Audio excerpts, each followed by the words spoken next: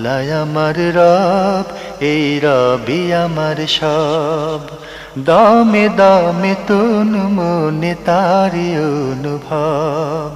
তোমার দুনিয়াতে আমি যেদিকে তাকাই, অথই নিয়ামতে ডুবে আছি সবাই। পাক পাখালির গানে শুনি তসবিহ কলরব, তসবিহ কলরব। আল্লাহ আমার রব, এই রবি। আসসালামু আলাইকুম, আলহামদুলিল্লাহ, আসসালাতু ওয়াসসালামু আলা রাসূলিল্লাহ। প্রিয় দর্শক, আপনারা যারা দেশে আছেন প্রবাসে, সবাইকে জানাই অনেক অনেক প্রীতি ও শুভেচ্ছা। শুরু হলো এনটিভি আয়োজিত এবং লাভ হলো নিবেদিত অনুষ্ঠান আপনার জিজ্ঞাসা। আপনাদের সাথে আছি আমি জাইনুল আবেদিন আজাদ, আর আপনাদের মনোজাগা প্রশ্নের জিজ্ঞাসার জবাব দিচ্ছেন বিশিষ্ট আলেম ডক্টর মোহাম্মদ সাইফুল্লাহ। আসসালামু আলাইকুম ওয়া রাহমাতুল্লাহি ওয়া বারাকাতুহু। প্রিয় দর্শক, চলুন তাহলে জিজ্ঞাসার জগতে। শুরুতে একটি ইমেল পাঠিয়েছেন মোহাম্মদ আনাফ আহমেদ তানভীর, শেরপুর থেকে লিখেছেন, আমার প্রশ্ন হলো, রোজা রেখে আমি একটি গাছ কাটার সময় হঠাৎ সেই গাছের ঘষায় লেগে আমার পায়ের চামড়া উঠে যায় এবং সেখান থেকে হালকা রক্ত বের হতে শুরু করে। আমি সেই ক্ষতস্থানের সাথে সাথে পানি দিয়ে ধুয়ে ফেলি। রোজা রাখা অবস্থায় আমার শরীর থেকে হালকা রক্ত বের হয়েছে, এক্ষেত্রে আমার রোজা কি ভঙ্গ হয়েছে? ধন্যবাদ, খুবই গুরুত্বপূর্ণ প্রশ্ন করেছেন। হ্যাঁ, সিয়ামরত অবস্থায় যদি কারো শরীর থেকে কোনো না কোনো কিছু কেটে গেলে অথবা আঘাত পেয়ে যদি রক্ত বের হয়, এতে সিয়াম নষ্ট হবে না। সিয়াম নষ্ট হবে না। সুতরাং এ নিয়ে আপনার বিব্রত হওয়ার কিছুই নেই। আপনার সিয়াম হয়ে গিয়েছে, আপনার এই সিয়াম কাজা করতে হবে না। সেটা কম হোক বেশি হোক, যদি আঘাতপ্রাপ্ত হয়ে অথবা কেটে গিয়ে কারো শরীর থেকে রক্ত বের হয়, সেই ব্যক্তির সিয়াম নষ্ট হবে না, এটাই বিশুদ্ধ বক্তব্য। আমরা খুবই গুরুত্বপূর্ণ বিষয়ে অবগত হলাম। প্রিয় দর্শক, আমাদের হাতে আরও একটি ইমেল পাঠিয়েছেন শিউলি বেগম, লিখেছেন, কোনো মহিলা যদি অগণিত রোজা মানত করে এবং বিয়ের পর তার স্বামী তাকে রোজা পালন করতে অসম্মতি জানায়, তাহলে ওই মহিলার কি করণীয়? সে কি তার স্বামী থেকে মুখ ফিরিয়ে নেবে এবং রোজা পালন করবে, না রোজা থেকে অব্যাহতি নেবে? প্লিজ একটু উত্তর দেবেন। স্বামী থেকে মুখ ফিরিয়ে নেবেন মানে অবস্থা এমন যে এই কথাটি আসলে খুবই মানে অনুপযুক্ত, মানে সঠিক নয়, এই জায়গায় মোটেও উপযুক্ত নয়। বাকি তিনি যদি অগণিত মানত করে থাকেন, এটা তার আবেগ, প্রচণ্ড আবেগের কারণে এই কাজটি হয়েছে। এই কাজ মানুষের পক্ষে করা সম্ভব নয়। অগণিত মানে যেটা গণনা করা যাবে না, তো এটা কি হলো? সব মানে সারা জীবনে, হয়তো মনে করেন সারা জীবনের সিয়াম পালন, এটা কি মানুষের পক্ষে সম্ভব? মানে তো যদি কোনো ব্যক্তি যদি এই নিয়ত করে থাকে, যেমন মাইয়ানজুরু মা লা ইস্তাকদিরু আলাইহি, যে নিয়ত করে থাকে মা লা ইস্তাকদিরু আলাইহি, যেটা তার সামর্থ্যের বাইরে, যেমন অগণিত নিয়ত করা, অথবা এই নিয়ত করা যে আমি আমার সারা জীবন সিয়াম পালন করব, অথবা এই নিয়ত করা যে আমি মানে জীবনের মানে বেশিরভাগ টাইম, হয়তো সপ্তাহে 5 দিন সিয়াম পালন করব, যেটা একজন ব্যক্তির জন্য স্বাভাবিকভাবে কঠিন। আর যদি তিনি নারী হয়ে থাকেন, তাহলে তার জন্য আরও বেশি কঠিন, তার অন্যান্য দায়িত্ব আছে।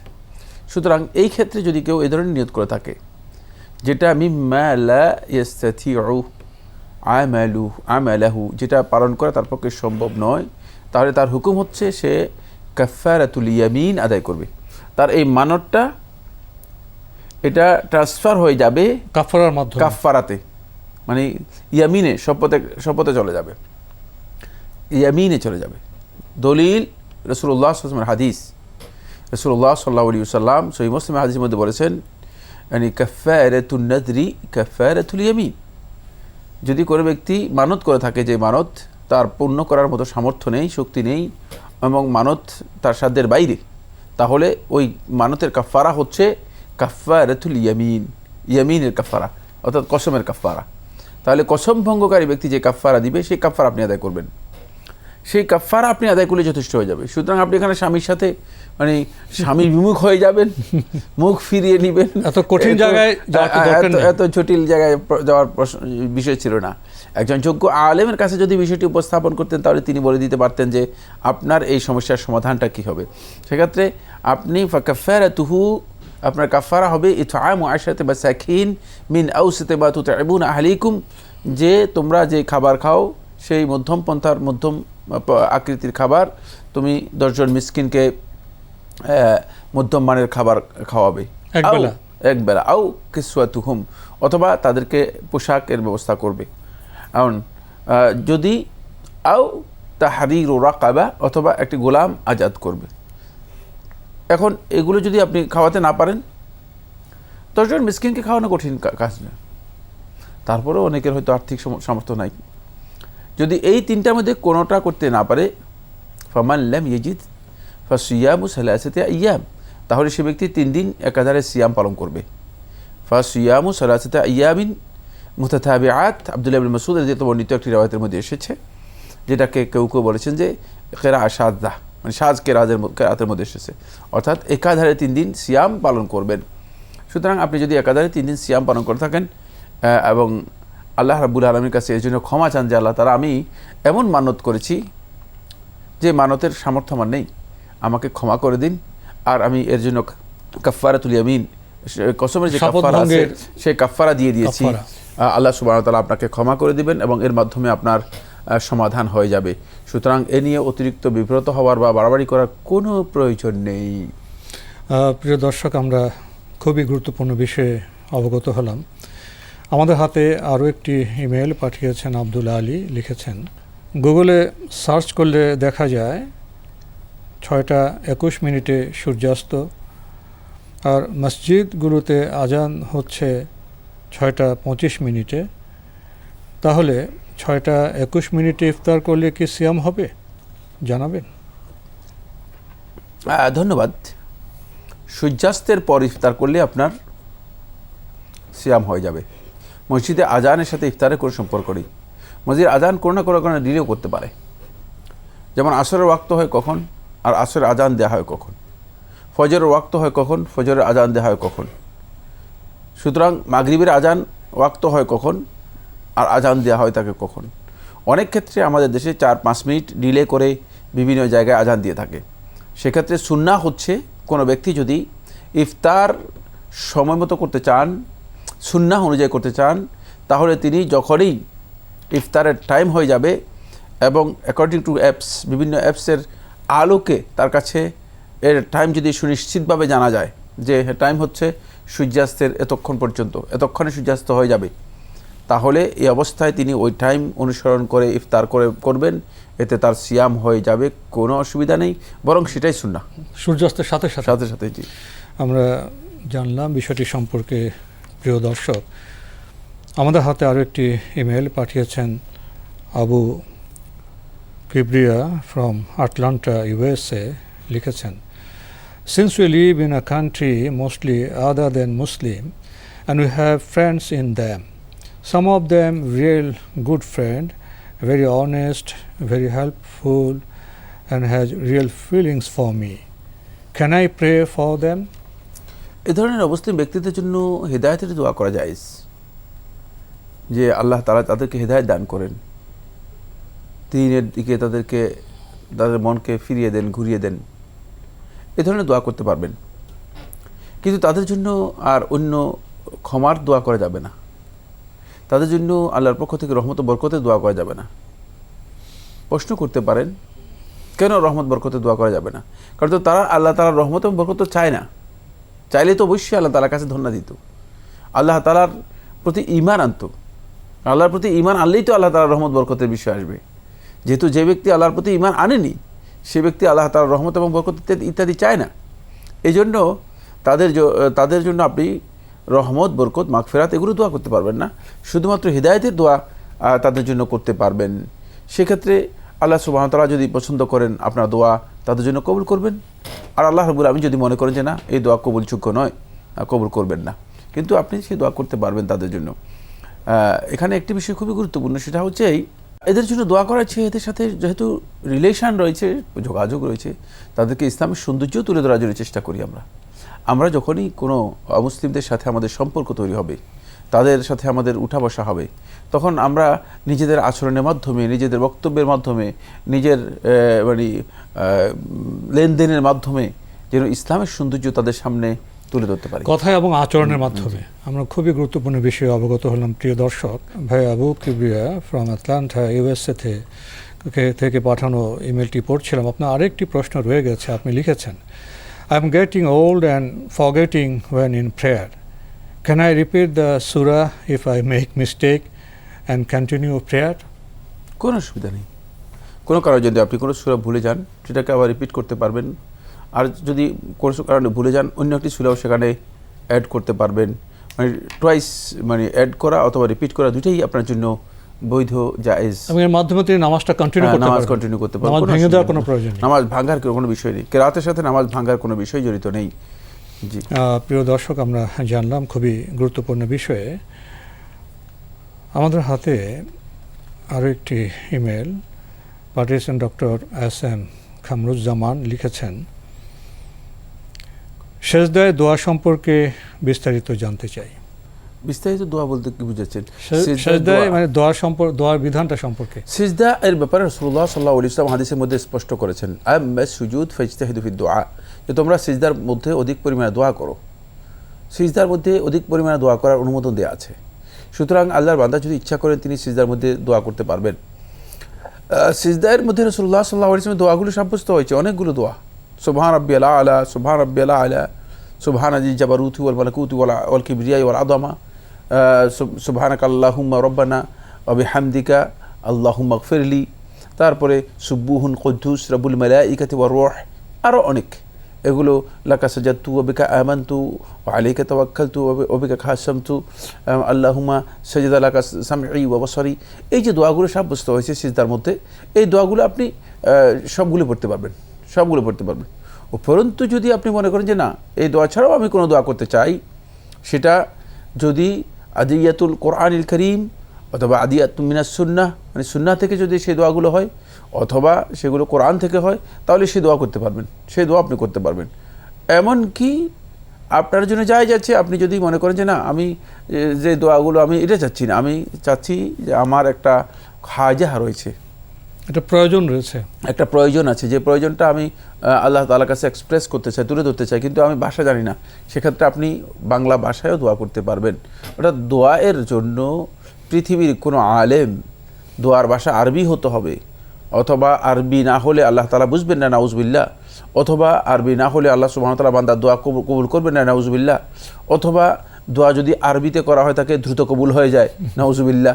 এই ধরনের কোনো শর্ত, কোনো বক্তব্য পৃথিবীর কোনো আলেমদের নেই, বরং দোয়া তার ভাষায়, কোনো ব্যক্তি তার নিজের ভাষায় অন্তর দিয়ে আন্তরিকতার সাথে একেবারেই সর্বন্তকরণে মনে হয় যেন নিজের অন্তরে যতটুকু আবেগ, অনুরাগ, ভালোবাসা আছে সবগুলো উজাড় করে আল্লাহ তাআলার কাছে দোয়া করবেন। এটাই হচ্ছে দোয়ার বিধান, আর সেটা সিজদার মধ্যে জায়েজ রয়েছে। আমরা খুবই জীবন ঘনিষ্ঠ বিষয়ে জানলাম প্রিয় দর্শক। আপনি আরও লিখেছেন, আমি ঘুমানোর সময় প্রতিদিন কিছু দোয়া, দরুদ, কালেমা, সূরা, তাওবা করি, এটা কি ঠিক আছে? জায়েজ রয়েছে। ঘুমানোর সময় কিছু আজকার তো নির্দিষ্টই আছে, সেই আজকারগুলো করতে পারলে সবচেয়ে উত্তম। সেগুলি শিখে নেওয়ার জন্য চেষ্টা করুন। কোনো আহলে ইলমের কাছে সে বিষয়ে ডিরেকশন নিতে পারেন। যে সমস্ত আজকারগুলো রাসূলুল্লাহ সাল্লাল্লাহু আলাইহি ওয়াসাল্লাম ঘুমের আগে করতে বলেছেন, সেগুলো করার জন্য চেষ্টা করুন। ঘুমের আগে বেশি বেশি করে আয়াতুল কুরসি অবশ্যই পড়বেন, অত্যন্ত গুরুত্বপূর্ণ একটি বিষয়। সূরা বাকারার শেষ দুটি আয়াত অবশ্যই পড়বেন, অত্যন্ত গুরুত্বপূর্ণ একটি বিষয়। কারণ সূরা বাকারা এই দুটি আয়াত যদি কোনো ব্যক্তি ঘুমের আগে তেলাওয়াত করে ঘুমিয়ে যায়, তাহলে সে ব্যক্তি সারা রাত নফল ইবাদত করার যে মর্যাদা আছে সেই সওয়াবটুকু পেয়ে যাবে। তো সারা রাত তো অনেক লোকই জাগতে পারে না, নফল ইবাদত তো পরের বাসালা, সারা রাত জেগে থাকাটাই তো কষ্টের বিষয়। সুতরাং অন্ততপক্ষে সূরা বাকারার শেষ দুটি আয়াত নিয়মিত তেলাওয়াত করবেন ঘুমের আগে। সূরা বাকারার এরপরে সূরাতুল কাফিরুন নিয়মিত তেলাওয়াত করবেন। নবী সাল্লাল্লাহু আলাইহি ওয়াসাল্লাম হাদিস দ্বারা প্রমাণিত হয়েছে, যে ব্যক্তি সূরাতুল কাফিরুন হচ্ছে কুল ইয়া আইয়ুহাল কাফিরুন, এই সূরাটি যদি কেউ তেলাওয়াত করে ঘুমায়, তাহলে সে ব্যক্তি শিরক থেকে মানে সম্পূর্ণরূপে মুক্ত হয়ে তাওহীদের উপর মৃত্যু হয়ে যাবে তার। সুতরাং এটা অত্যন্ত গুরুত্বপূর্ণ একটি বিষয়, এইটাও আপনি তেলাওয়াত করবেন এবং এই ফজিলত সহি সনদে সাব্যস্ত হয়েছে।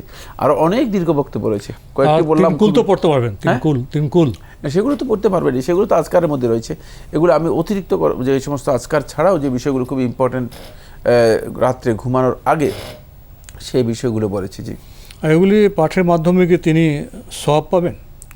শুধু সওয়াব নয়, সারা রাত জেগে নফল ইবাদত করার যে সওয়াব রয়েছে সেই সওয়াব পাবেন। সুতরাং আমি কতগুলো বলেছি যেগুলো অত্যন্ত গুরুত্বপূর্ণ। জি, আমরা জানলাম বিষয়টি সম্পর্কে।